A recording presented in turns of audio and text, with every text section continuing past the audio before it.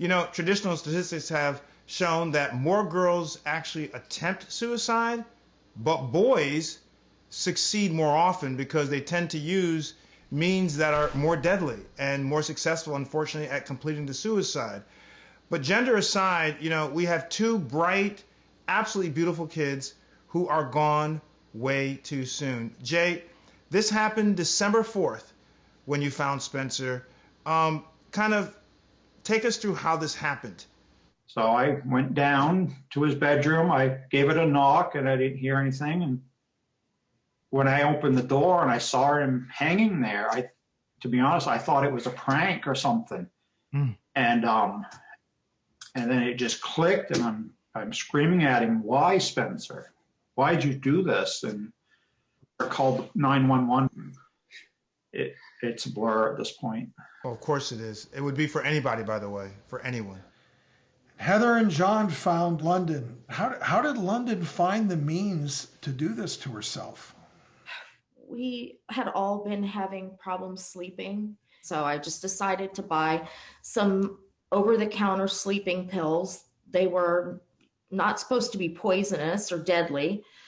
And I believe she mixed her medication that she was on for her stomach problems. She mixed it with the over-the-counter sleeping pills, and that turned out the coroner said that could cause death. That mix was deadly, yeah. Mm-hmm. You also say, Heather and John, that London left a cryptic note.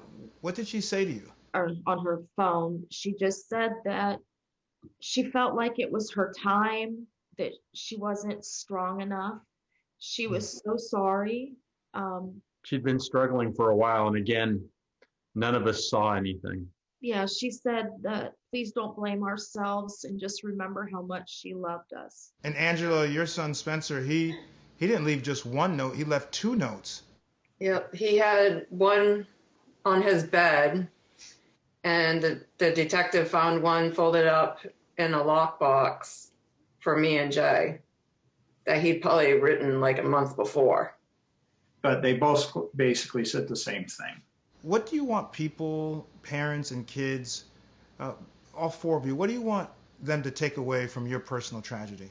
The biggest thing I'd like to get out there is with our kids, we always give them their privacy. Teenagers, they need some privacy now and then, you know, because mom and dad don't know anything.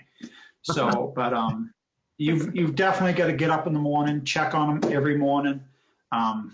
You know, check on them at night. Make sure you tell them you love them and hug them. I know there's a lot of men and a lot of young men, dads and sons that don't hug each other because they got the macho thing going on. But put that aside.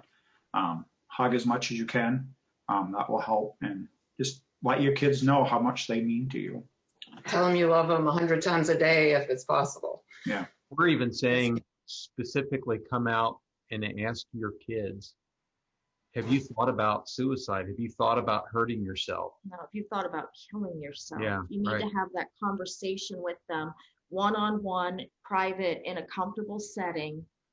And if you don't know how to start the conversation, tell them about London, tell them London's story, and then ask them if they have ever thought about killing themselves.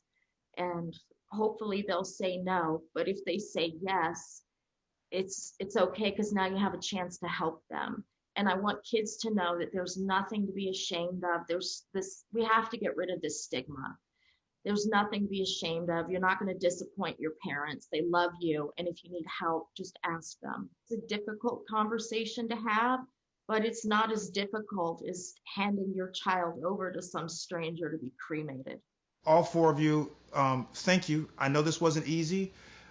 You are going to change lives, and you are going to save lives. And you've already changed me and what's happened. So Heather, John, Angela, and Jay, you're being so candid and committed to raising awareness for suicide awareness is absolutely critical. So thank you so much.